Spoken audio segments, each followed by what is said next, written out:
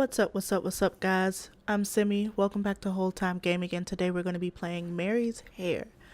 This is a short point-and-click horror, story, based off a actual person, supposedly, called Mary Toth, who, in, Victorian era, decided that she was going to con people by giving birth to rabbits.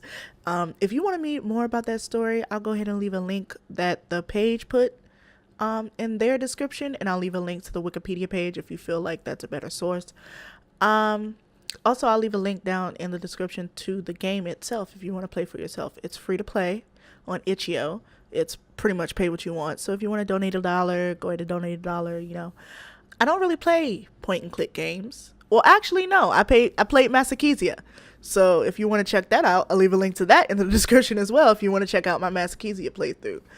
And we're just going to go ahead and get right into it.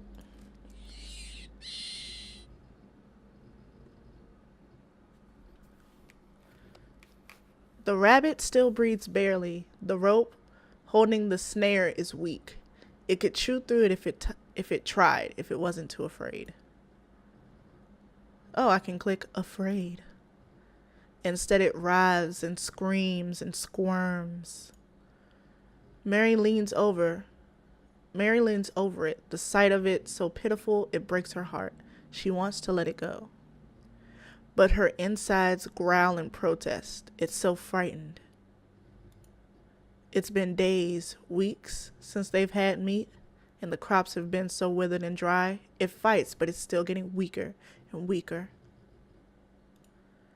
She's wanted to start a family for so long. How can she when she wastes away? It's her or the hare or a baby. That's no choice at all. Oh, fuck it. She ate it. They enjoyed the evening silence, full on rabbit stew and content for the first time that they can remember. As they bask in the glow of the fireside, Mary looks at her husband, the light dancing across his eyes. It's the first time he's looked at her like that in so long. Nausea yanks her out of sleep, but she tries to wait it out. The mornings are getting colder, and she is loath to get out of bed, but no luck. The sickness gnaws at her until she stumbles out of bed. She doesn't make it far. Ooh. The stew. It must have been the stew that made her sick. The meat was so tender and rich. But it can't be. Wasn't that days ago? Mary crawls back into the bed, her head spinning, and stays there. She sweats and aches. Her belly swells. A cause for celebration, isn't it?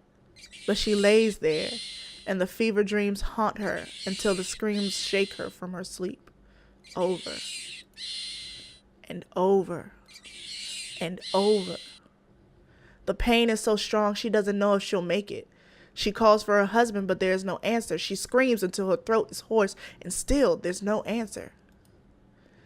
Somehow, panting, she drags herself out of bed. Her legs wobble. She fights to keep her knees from giving out as she makes her way across the room. A sharp pain sears through her. Ooh. Oh, shit.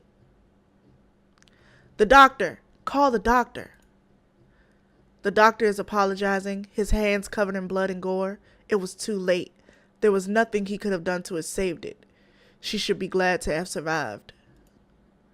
His bloody hands cradle something small, what was to be her baby. Her eyes are sad at first, but he takes a closer look. The fuck? Ugh. The doctor runs out without another word, his bloody hands clapped over his throat to keep himself from being sick. Mary notices and closes her eyes. Mary barely notices and closes her eyes. When she wakes, there's a faint pink stain on the floor, and the sheets under her feel stiff and smell of something acrid and foul. She sleeps deeply at long last, but not for long. The screams cut through her dreams again, and bile rises in her when she wakes. So soon again her belly grows. But how? This time the midwife is called, and she isn't afraid. The midwife stays with her, More doctors are called to observe the curiosity as she delivers bundle after bloody bundle. A marvel, a freak. They examined her stillborn children, some with wonder in their eyes and others with a shudder, crossing themselves as though somehow her stillborn babes could hurt them. Eventually the blood stops. She hasn't taken a meal in weeks, but the taste of rabbit stew still rises in the back of her tongue, mixing with the acrid bile that always hovers there. The doctors have gone away, though the midwife still comes to check on her. Her husband, she can barely remember his face. When was the last time she saw him? The days go by, and her breathing shallows and her tongue tastes of sand. She shrivels up everywhere, her skin stretched so thin it hurts everywhere except. Impossibly, her belly stays round, insatiable as though it's sucking out the fat, the blood, the life from the rest of her. But there are no more babies coming. She doesn't have the strength. She fights for her last breath, remembering the rabbit in the snare, the eyes wild, tugging at choke, screaming and gasping. She thinks she must look the same now. Were there anyone to watch? If only she knew. End. Whoa, okay. That was quick. Jeez. And she's still birthing rabbits, dead as a doornail, 6 feet under, not even buried. And they just dig their way out of her stomach. All because she decided to eat a helpless rabbit. Damn. Wow, okay. That was Mary's Hare. If you want to do that again for yourself, the link will be in the description. I think I gotta fill the slot with something else. I don't even know if this was 10 minutes long. Fuck. Oh well. Thanks for watching. Leave a like, comment, subscribe if you like my content, and I'll see you guys in the next video. Bye.